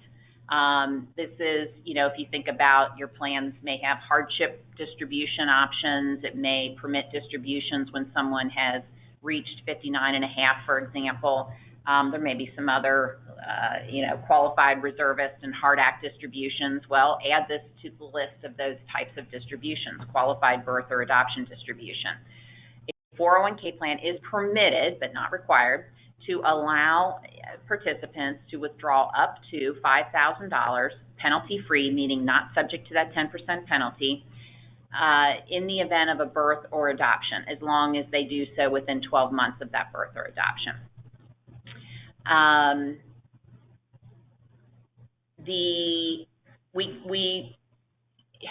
We received some good IRS guidance on this, I want to say in August, because there were some unanswered questions initially. One of those questions was, what if you have more than one child? What if you adopt more than one child? Is it $5,000 per child? And the answer the IRS gave us is yes, it is $5,000 per child. Another question that we, quickly had in our minds after the passage of Secure Act was, what if, let's say, both parents participate in the same 401k plan? Can each parent get $5,000, or is it sort of, max $5,000? The IRS said each parent has a right to receive up to $5,000. So we now have guidance. I've not actually seen anybody yet adopt this. Early on, it wasn't adopted because there were some pretty big unanswered questions about what this really involved. Now that we have the IRS guidance, I still haven't seen anybody adopt it because, everybody has COVID and CARES Act fatigue. But I think this is something that, you should begin to put on your radar and be thinking about for 2021. And making a decision at some point whether you want to add this withdrawal right to your plan. There's no rush. It can be added at any time. What I've been telling clients is just know that it's out there. Maybe you want to wait until you start to hear somebody sort of asking about this and then start to really think about whether this is something you want to add to your plan and offer to participants. The next slide talks about change in the minimum required distribution rules, and I alluded to this earlier. The Secure Act changed the age at which distributions must commence for participants from 70 and a half to age 72. And actually, there's been a little bit of chatter about this, under maybe some future legislation that we might get going to age 75. So we might see this, delayed even further. There's the minimum required distribution rules also have a very complicated web of rules that apply to when do beneficiaries have to take their distribution from a plan. So when a participant dies and there's a beneficiary or beneficiaries that are entitled to receive that account balance, there is a complicated web of rules that apply to when do those distributions have to start to those beneficiaries, or when does the full account have to be distributed. The rules depend on whether that is a spouse beneficiary or a non-spouse beneficiary. They can also depend on whether the beneficiary is a minor, meaning below the age of majority. Can also depend on whether the beneficiary is an entity versus a person. You think of a charity maybe, for example.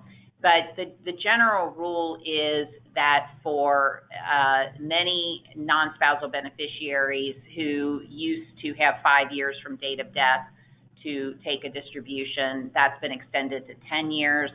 The flip side of that is there was a rule that said as long as you commence within 1 year of the date of death, you can commence in the form of a life annuity and sort of stretch payments out over your lifetime. That's been eliminated, again, for certain non-spousal beneficiaries. So there's, be aware there are some rules here. You should be talking with your plan record keeper about the steps they're taking to be prepared to comply with these rules. They really, from a practical standpoint, aren't likely to sort of come into play as it relates to any required distributions until 2022. So there's a little bit of time, but it's something to be focused on going into 2021. Okay, let's move on to the next slide, which is the long-term part-time employee change under the Secure Act. Let me start by saying there are probably many plans for which this has absolutely no impact, either because you don't have any or you have just a very limited number of part-time employees in your workforce. Your workforce is all, basically full-time employees, and even if you have a few part-time employees, doesn't matter, they're eligible for your 401k plan too.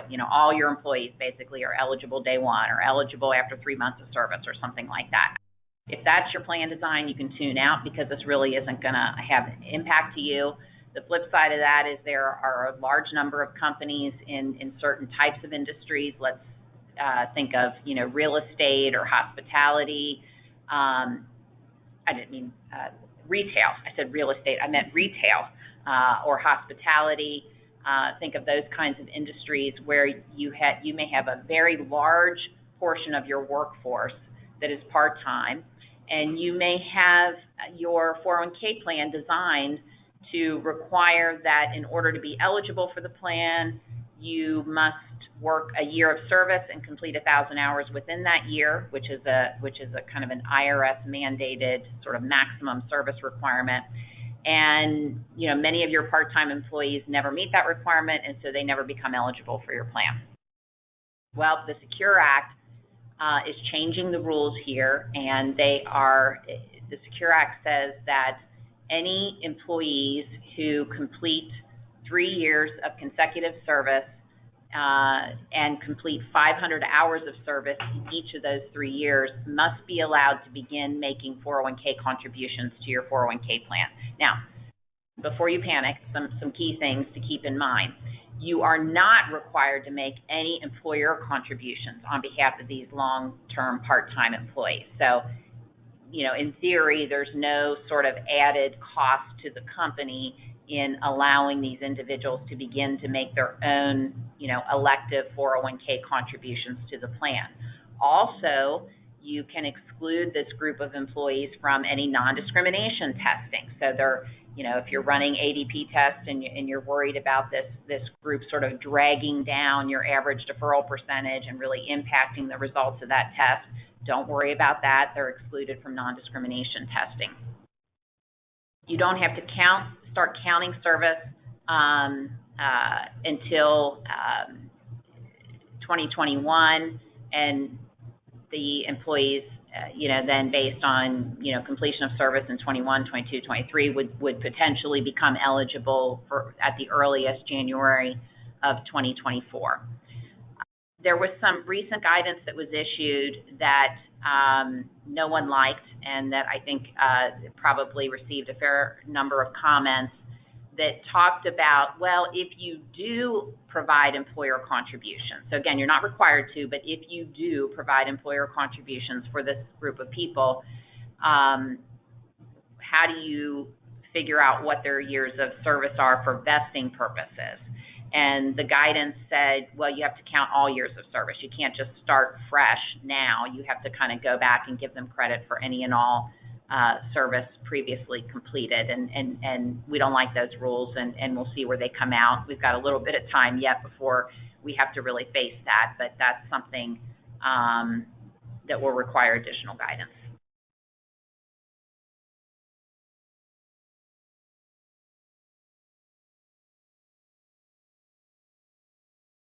The final change that I wanted to highlight on the Secure Act was the lifetime income disclosures.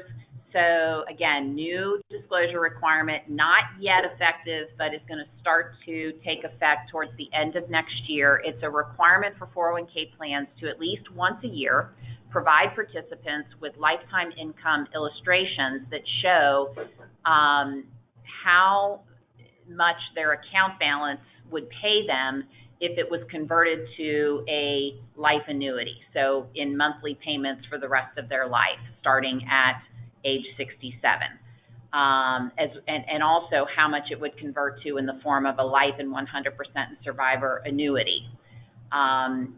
So the Secure Act told us we were going to need to begin to provide these disclosures. It said we don't need to provide them until the DOL gives us guidance that tells us, what needs to be in these disclosures, what assumptions do we need to use in making these disclosures. And in August, the Department of Labor issued interim final guidance.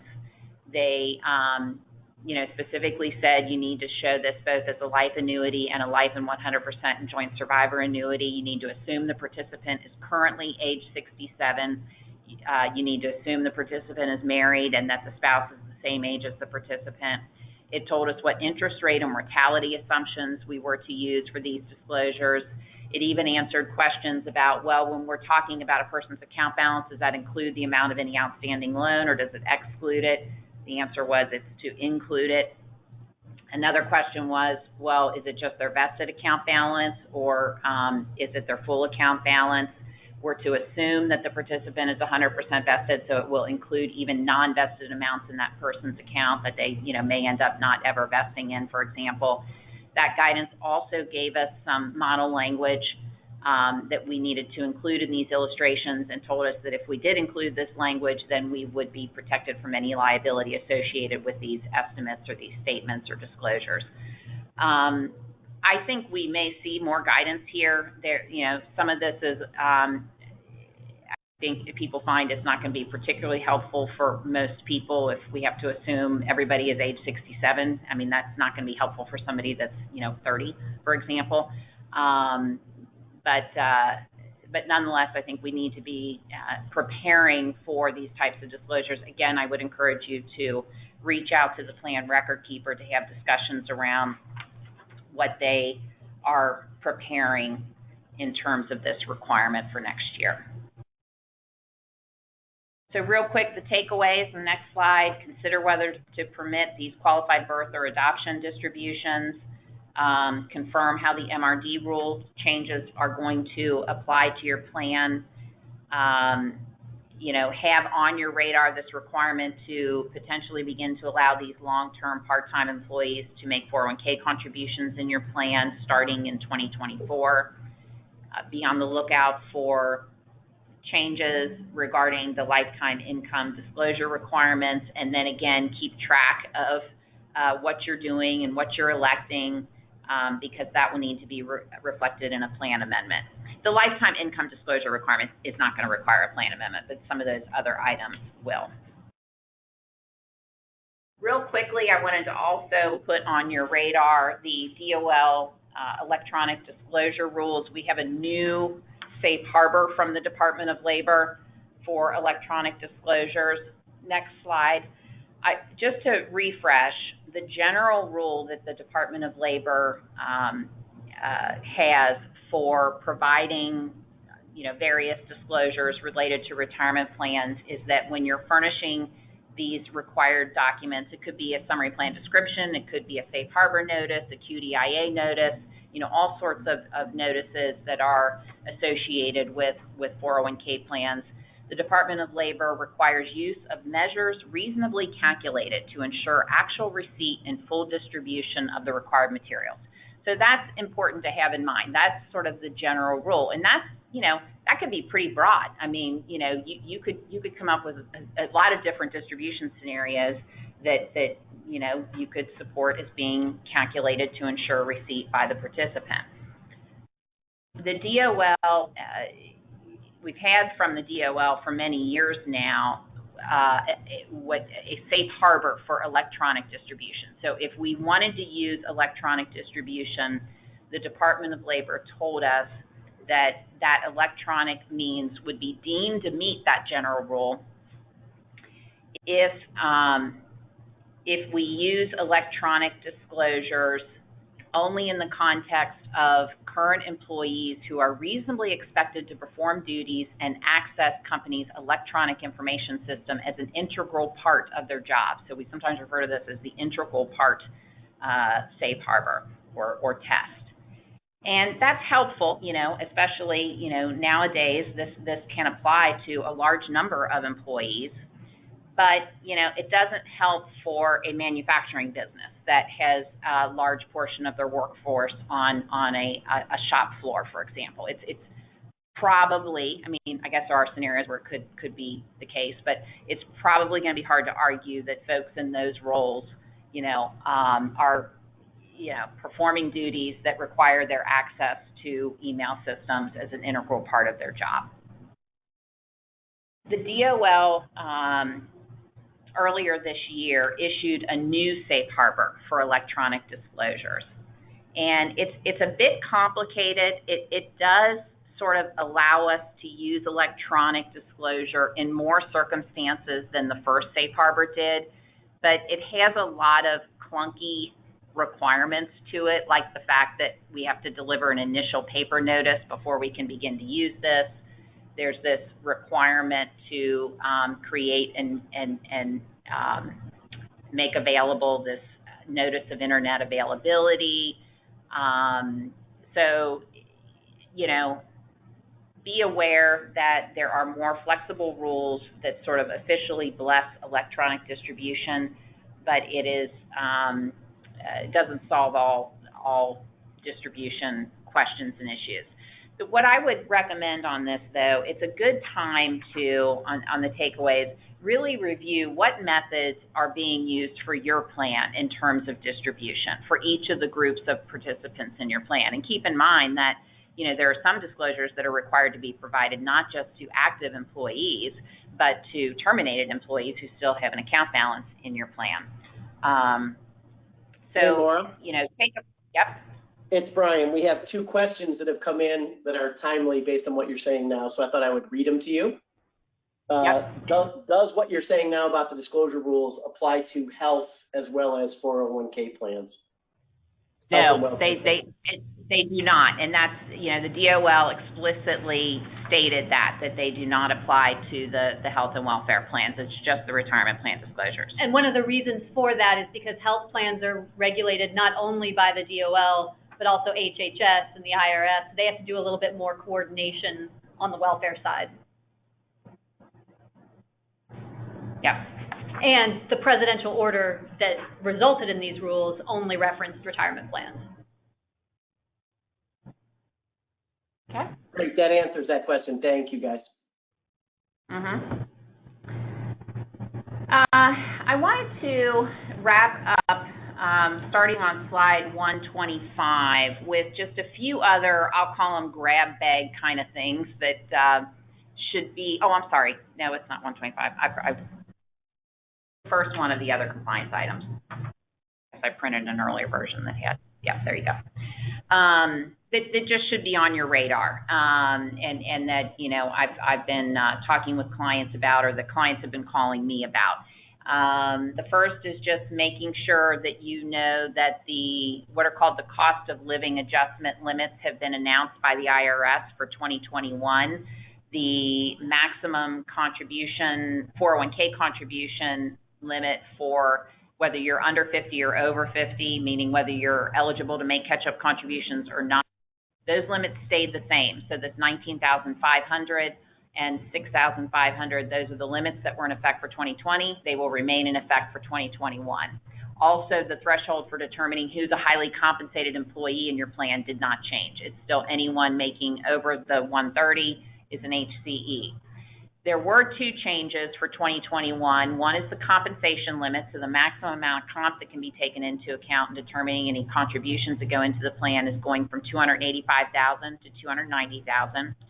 And then the annual addition limit is going from $57,000 to $58,000. The annual addition limit is a limit on all contributions that get credited to your plan for a year. So that's your pre-tax, your Roth, your after-tax, your match, your company, any other company non-elective contribution. All those contributions cannot exceed a dollar limit, and this year it's 57, and next year it'll be 58.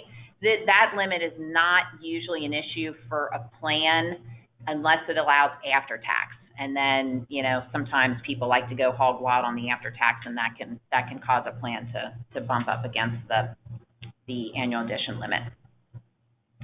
The other thing to make sure that's on your radar coming into year-end is any kind of year-end annual disclosure requirement. So if your plan is a safe harbor 401k plan, it may or may not be, but if it is, you got to get that safe harbor notice distributed by December 1st.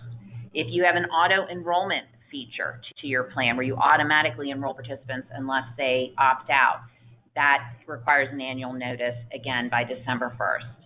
Qualified default investment alternative. So if you're defaulting people to a qualified default investment alternative, if they don't make a different investment election, again, there's an annual notice requirement associated with that by December 1. Summary annual report, that's tied to your 5500. That's due 2 months after you filed your 5500. Most people file on or close to October 15th, so usually SAR has to be sent by December 15th. Participant fee disclosure is also a requirement, and this is a little bit trickier. Basically, an updated notice needs to be, or a notice needs to be distributed at least once every 12 months, or when there's changes to the investments or the fees in the plan. So the time frame for distributing this can vary because it kind of depends on when was the last time you distributed one. But I always recommend that you kind of have a general sense of when was the last time it was distributed and does it need to be distributed again. Oftentimes the plan record keeper is taking care of distribution of many of those notices, but it's always good to check. The other thing to have on your radar is, on the next slide, partial plan terminations. What I will say is this: if all amounts in your plan are 100% vested immediately, nothing is subject to a vesting schedule, this is not an issue you need to be worried about. But if you do have a vesting schedule associated with any contributions, whether that's match or non-elective, be aware that the IRS rules have this concept built into them, which is partial plan termination.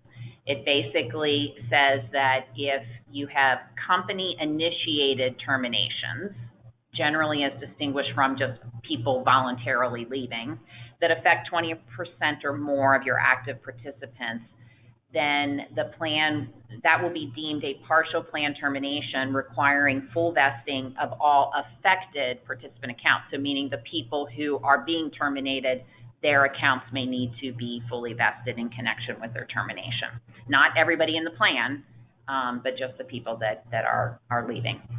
Generally, voluntary terminations don't count, but you have to be a little bit careful about voluntary terminations in anticipation of an involuntary termination. So if you've announced that, you know, next month you're going to be conducting RIFs, you know, you have to, it can get tricky if you have a higher than normal turnover that maybe could be pointed to as having occurred because the person thought they were going to be, you know, RIF next month. These issues are easy for the IRS to spot because each year you're required to file 5500, and each year you're required to say how many active participants did you have at the beginning of the year, and how many active participants did you have at the end of the year. And it's simple math to figure out whether that number reduced by 20%. Now, it's not completely visible because, again, you don't know if the reason for that reduction was due to voluntary terminations or involuntary terminations, meaning company-initiated actions. But no question this is going to be on the IRS's radar because of what we've just been through. I mean, they know that, you know, companies have been going through reductions in force, et cetera. It's also going to be on the radar of the auditing firm that reviews and signs off on the audited financial statements. I mean, I had questions come up about it from 2019 when we didn't even, you know, have COVID. So we're definitely going to have them come up in 2020. This should be on your radar. You should be looking at it. It's better to address it now than later, because if you can address it and identify it early on, and be proactive, invest as people are leaving, that avoids the need to have to go back and restore forfeited amounts, 8, 9, 10, 12 months after someone has left and taken their distribution. So Laura, with that, we are at the end of our time. I think Laura still had a couple slides which will be included in the packets that you get. Someone asked how to get access to the PowerPoint slides. They will be emailed to all registered participants probably on Monday, along with an audio recording of the presentation, so you can listen to it over and over again at your leisure. We thank you very much for sticking with us today, and hope you got something out of this. I will now give you the codes. Remember, you need 2 codes because this was a 2-hour presentation. For hour 1, I already gave you the TH11.12. And for hour 2, the code is CLE, that's capital C, capital L, capital E, 123. It's almost as simple as if it was password. That's CLE 123 for the second hour. For the first hour, it's TH11.12. With that, we will bring the presentation to a close. I think we answered all the questions that came in. Thank you, everyone, for participating. We very much appreciate your interest. Laura, Kim, anything to add? Nope. Thanks, everyone. Thank you.